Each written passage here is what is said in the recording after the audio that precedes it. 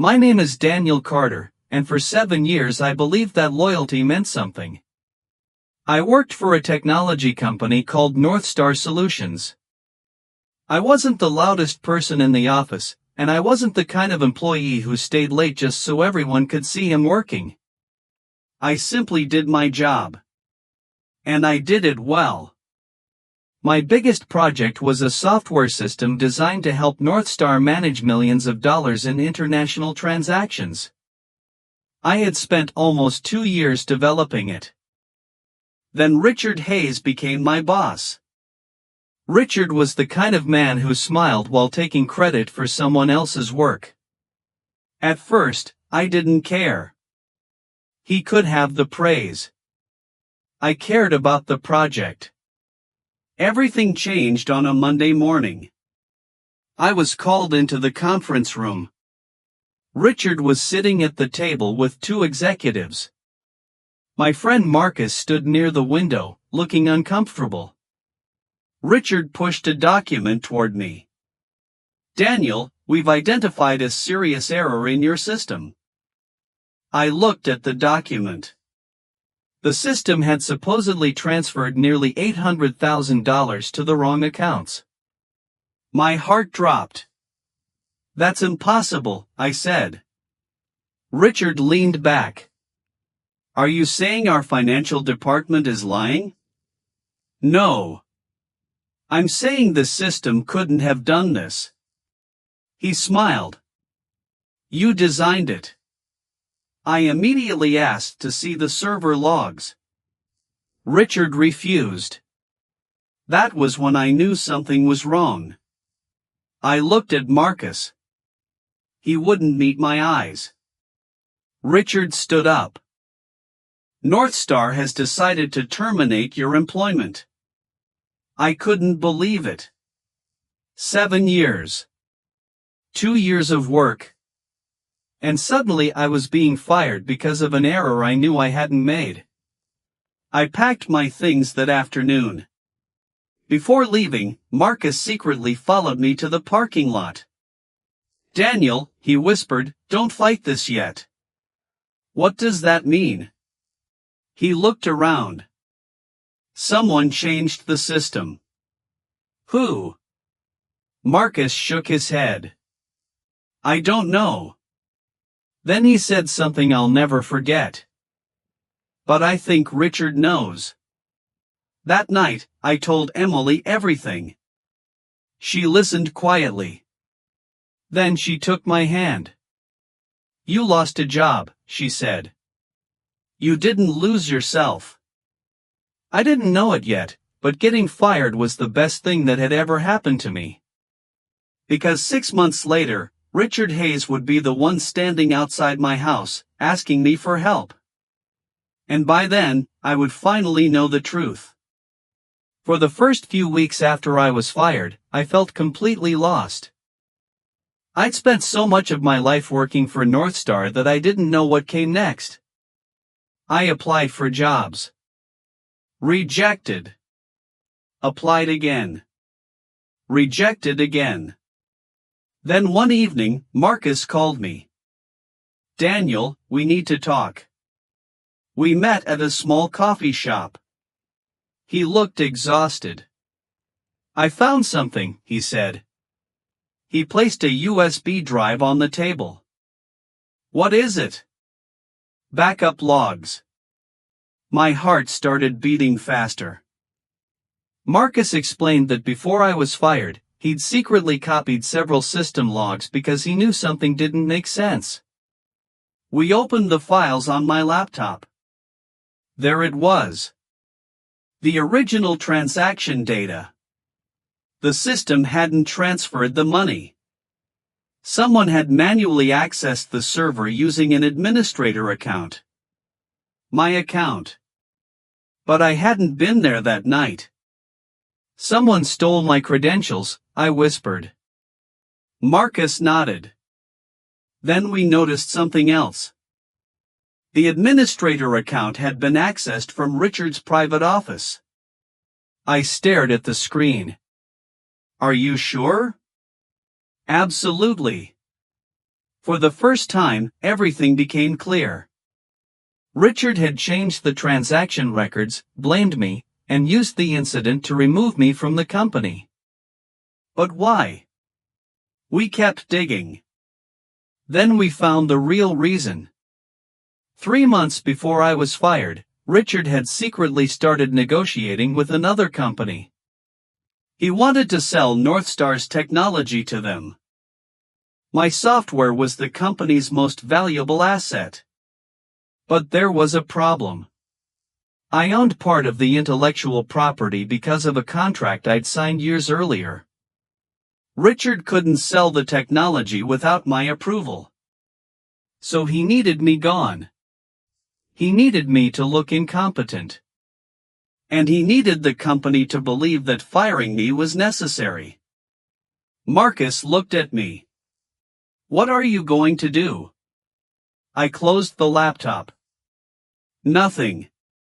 He stared at me. Nothing? Not yet. I remembered something my father had once told me. When someone digs a hole for you, don't jump in after them.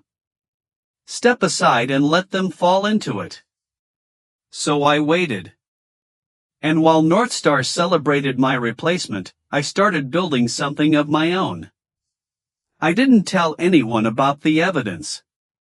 Instead, I started a small software company from my garage. Emily helped me with everything. We called it Carter Systems. At first, it was just me, a laptop, and an old desk. I worked 16-hour days. But there was one difference. Nobody was taking credit for my work anymore. Within 3 months, we had our first customer. Then another. Then 5 more. My father invested a small amount of money. Don't build this to beat Richard, he told me. Build it because you can. I listened.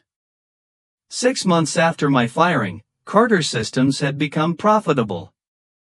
We weren't rich. Not even close. But we were growing. Then one Tuesday morning, I received an email from Victoria Stone, one of Northstar's board directors. She wanted to meet me. I agreed. We met in a quiet restaurant. Victoria looked directly at me. Daniel, I'm going to ask you a question, and I want an honest answer. Okay. Did you cause the financial incident that got you fired? No. She studied me for several seconds. Then she opened her laptop. That's what I thought. She showed me internal audit reports. Northstar had lost millions since I left. Their new system was failing. Customers were leaving. The technology Richard had promised would revolutionize the company was collapsing.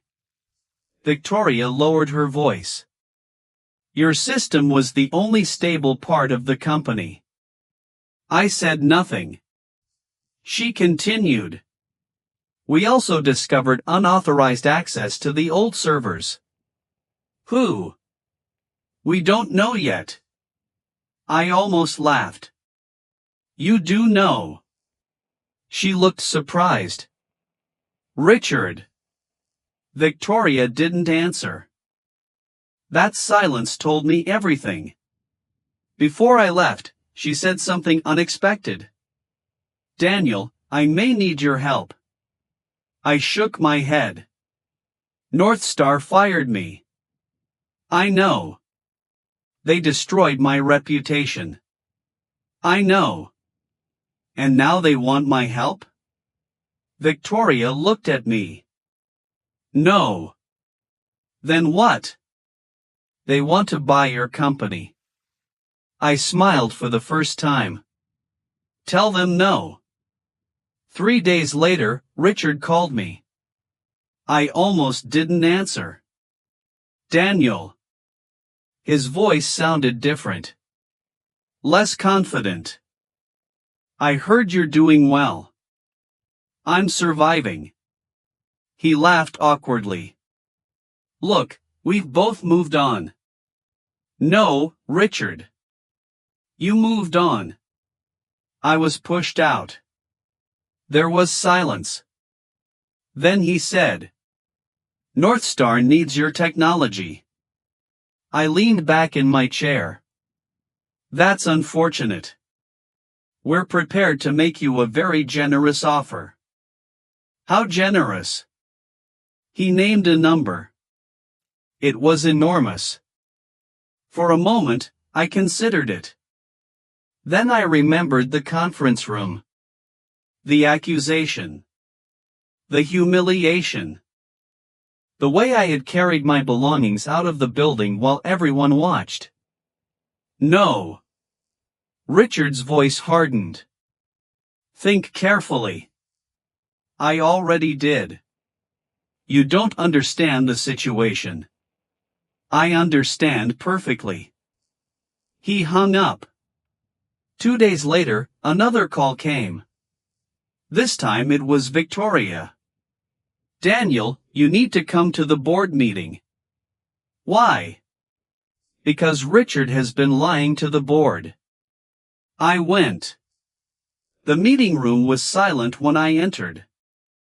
Richard sat at the end of the table. He looked older. Tired. Victoria placed several documents on the table. These are server access records. Richard stared at them. Then she placed another document beside them. These are financial records. Finally, she placed the USB drive Marcus had given me. Richard looked at me. His face went pale. You. I said nothing. Victoria turned toward him. Richard, would you like to explain why your private office accessed Daniel's administrator account? He couldn't answer. For the first time, I saw fear in his eyes. But I still didn't know the full story. Because the biggest surprise was still waiting for me. The board spent hours investigating the evidence. Richard finally admitted that he had accessed my account. But he claimed he hadn't stolen the money. He said someone else had done it. Victoria asked him one question. Who? Richard looked at me. Then at the floor. I don't know. That answer wasn't enough.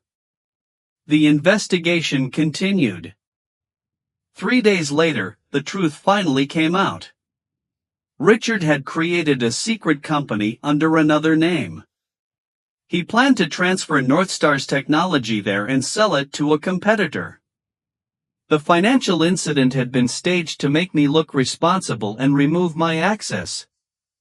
But Richard had made one mistake. He had used the same administrator credentials on his private company server. The investigators found everything. Emails. Contracts. Financial transfers. Even messages discussing how to destroy my reputation. I read one of those messages myself. Richard had written, "Once Daniel is gone, nobody will question the system." I stared at the screen. For 6 months, I had wondered why my life had suddenly collapsed. Now I knew. It hadn't been an accident. It had been planned. Richard was removed from his position. His secret company was shut down. And Northstar's board offered me something unexpected. They wanted me to return. But I refused. Instead, I made them another offer. I'll sell you a license to my new technology. Victoria smiled. Not the company?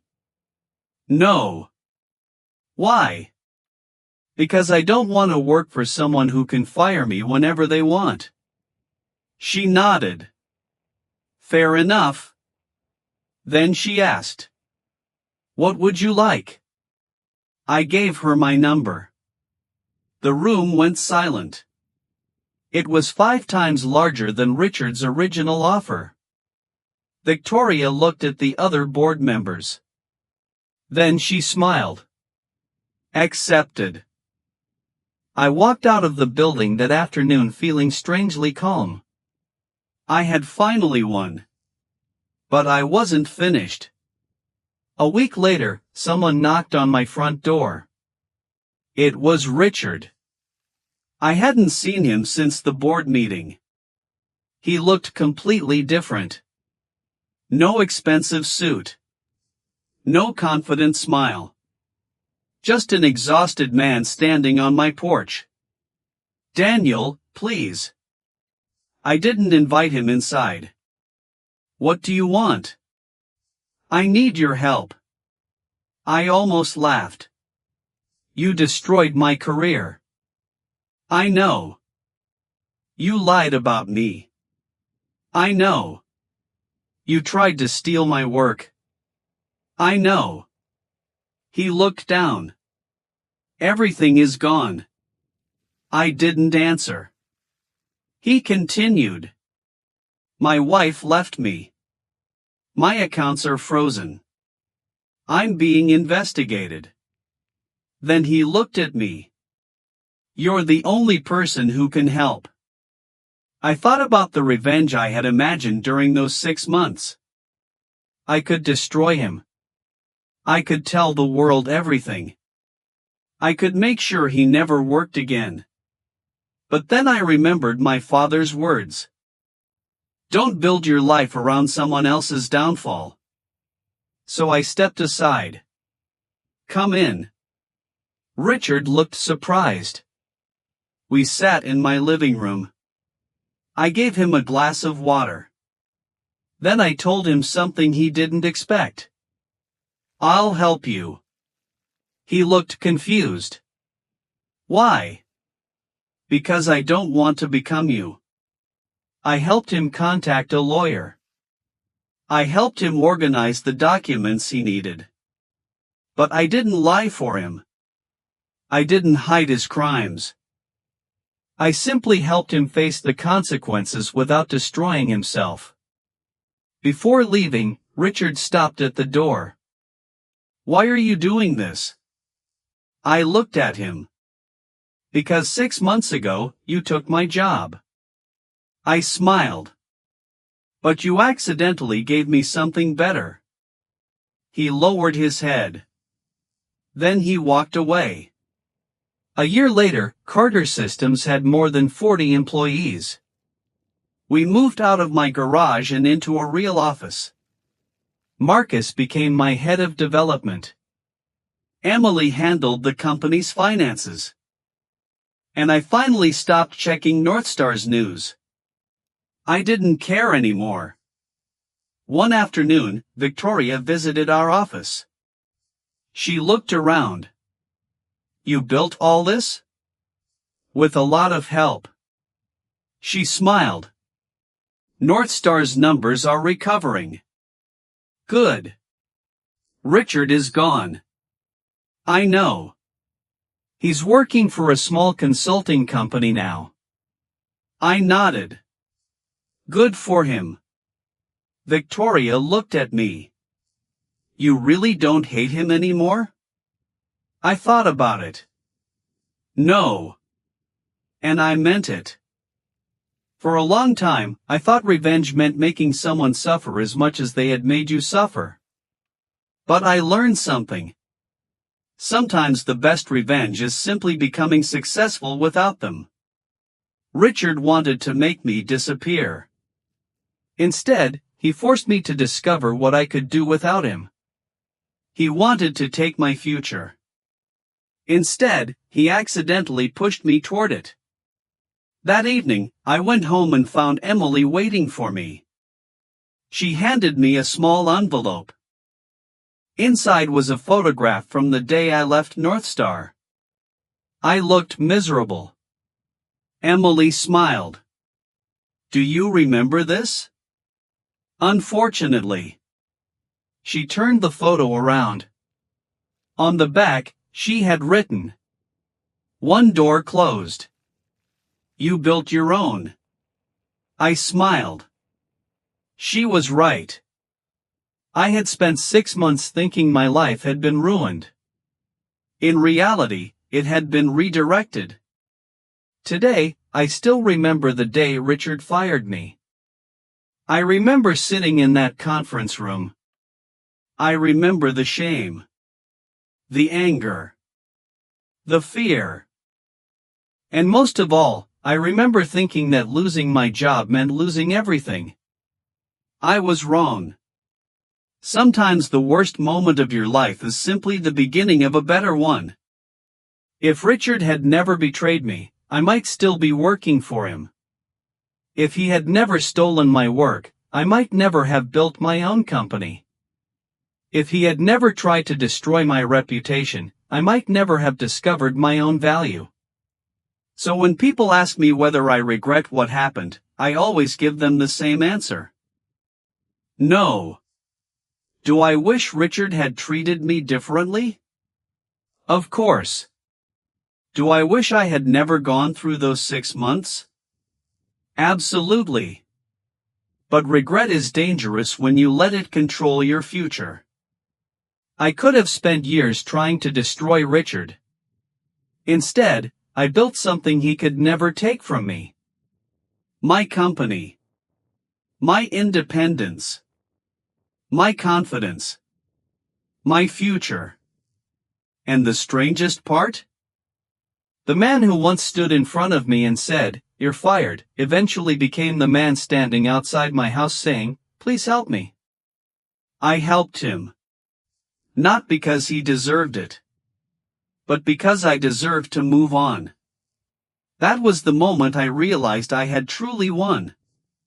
Not when I got the money. Not when the board exposed him. Not when my company became successful. I won the moment his actions no longer controlled my emotions. And if there's one thing I've learned from all of this, it's simple. Never let someone else's betrayal convince you that your story is over. Sometimes they're not ending your story. They're accidentally turning the page.